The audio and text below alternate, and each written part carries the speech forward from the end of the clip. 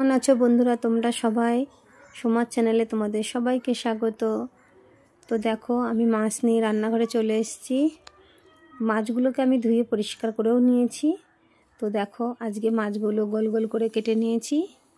তো মাছগুলো ভাজা করে নেব আগে। তো তার জন্য আমি নুন আর হলুদ মাখিয়ে নেব। আর এদিকে দেখো গ্যাস তো আমি জ্বালিয়ে কড়াই বসিয়ে দিয়েছি। গ্যাসটা একদম আঁচ কমিয়ে দিয়ে রেখেছি। আর এদিকে মাছগুলোকে ভালো করে নুন হলুদটা মাখিয়ে নিচ্ছি আমি। নিয়ে আজকে মাছটা একটু আলু দিয়ে রান্না করব। তো কিভাবে রান্না করি তোমরা দেখো। আজকে একটু অন্যভাবেই রান্না করব মাছটা।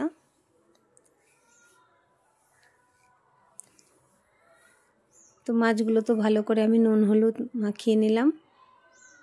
চলো মাছ কটা আগে ভেজে নিই।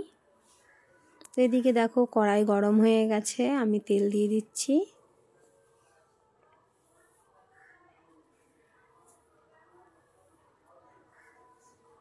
তো দেখো তেলটা গরম হয়ে গেছে।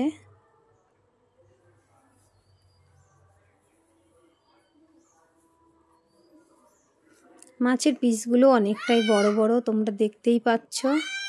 সেই জন্যে আমি 2 পিস করে করেই ভাজবো, বেশি দেব না, দিলে লেগে যাবে মাছগুলো।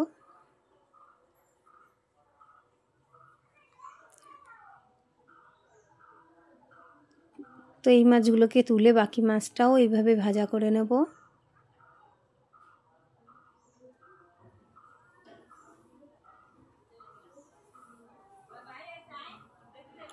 দেখো ওই মাছগুলো আবার দিয়ে দিচ্ছি। একইভাবে আমি মাছগুলো ভেজে নেব।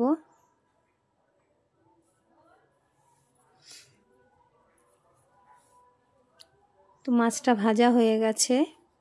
এই দেখো আমি ওই তেলেতেই জিরে ফোড়ন দিয়ে দিচ্ছি, গোটা জিরে।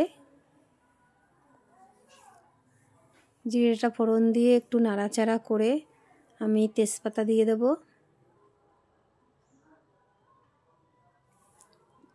এবার আমি কটা গোটা গরম মশলা ফোড়নে দিয়ে দিলাম। তারপরে আমি পেঁয়াজ কুচিয়ে রেখেছি, পেঁয়াজ কুচানোটাও দিয়ে দিচ্ছি।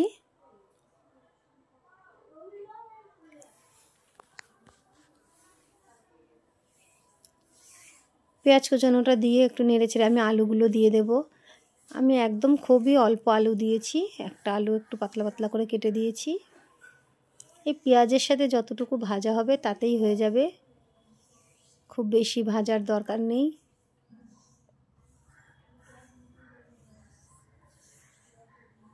তো আমি একটু হালকা আঁচে ভেজে নেব। তো দেখো ভাজা হয়ে গেছে পেঁয়াজগুলো, তার সাথে আলুটাও দেখো অনেকটাই ভাজা হয়ে গেছে। এবার আমি মশলাটা ঢেলে দিলাম। আমি এর মধ্যে মশলা করে নিয়েছি আদা, জিরে, পোস্ত, চারমগজ আর শুকনো লঙ্কা। ঝালটা যে যেমন খাবে সেরকম দেবে। আমি সব একসাথে দিয়ে বেটে নিয়েছি। এবার একটু ভালো করে কষিয়ে নেব।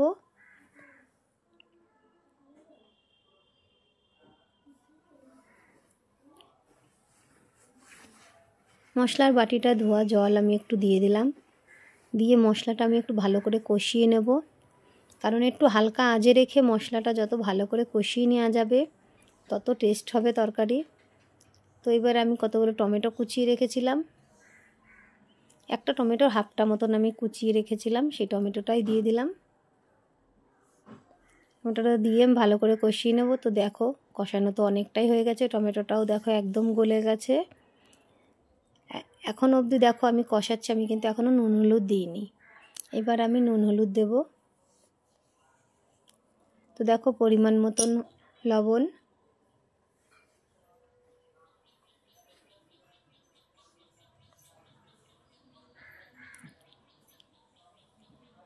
পরিমাণ মতন হলুদ,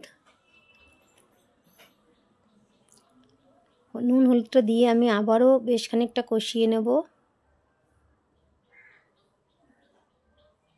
একটু হালকা জালে ভালো করে কষালে তরকারির স্বাদটাও খুব ভালো হয়।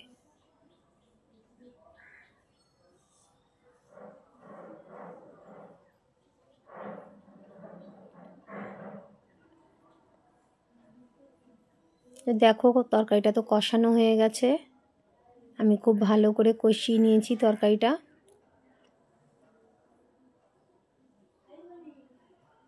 এবার আমি একটু অল্প করে জল দেব।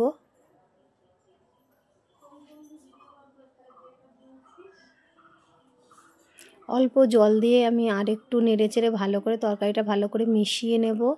মশলাটা জলের সাথে দিয়ে ভালো করে মিশিয়ে আমি তারপরে জল দেব।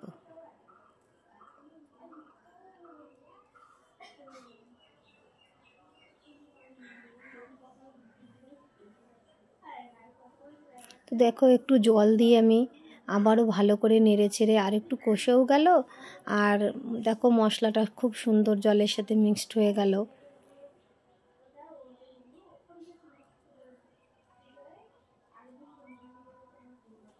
এইবার আমি জলটা দিয়ে দিচ্ছি। যতটা ঝোল লাগবে সেই পরিমাণ মতন জল দেব।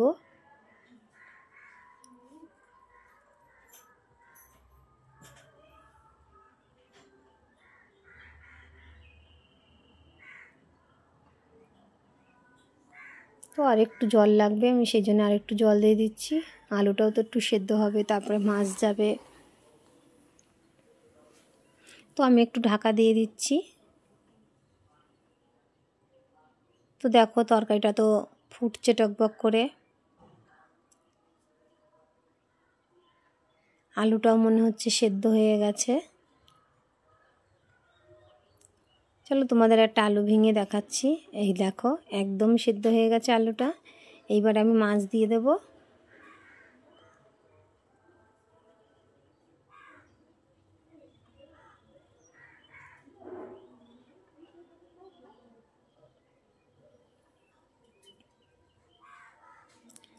এবার আমি মাছ দিয়ে দিলাম। মাছটা দিয়ে আবার একটু ভালো করে ফুটবে।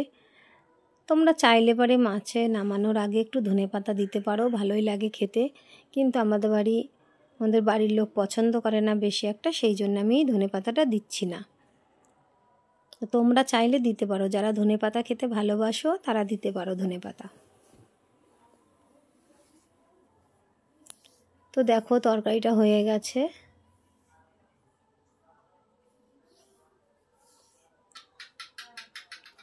আমি এরকমই ঝোলটা রাখবো অল্প।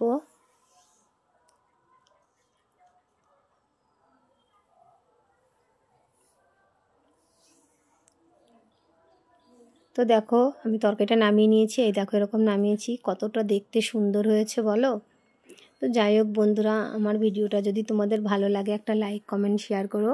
নতুন বন্ধুরা হলে একটা সাবস্ক্রাইব করে দিও। তো আজকের মতন এই অবধি, টাটা।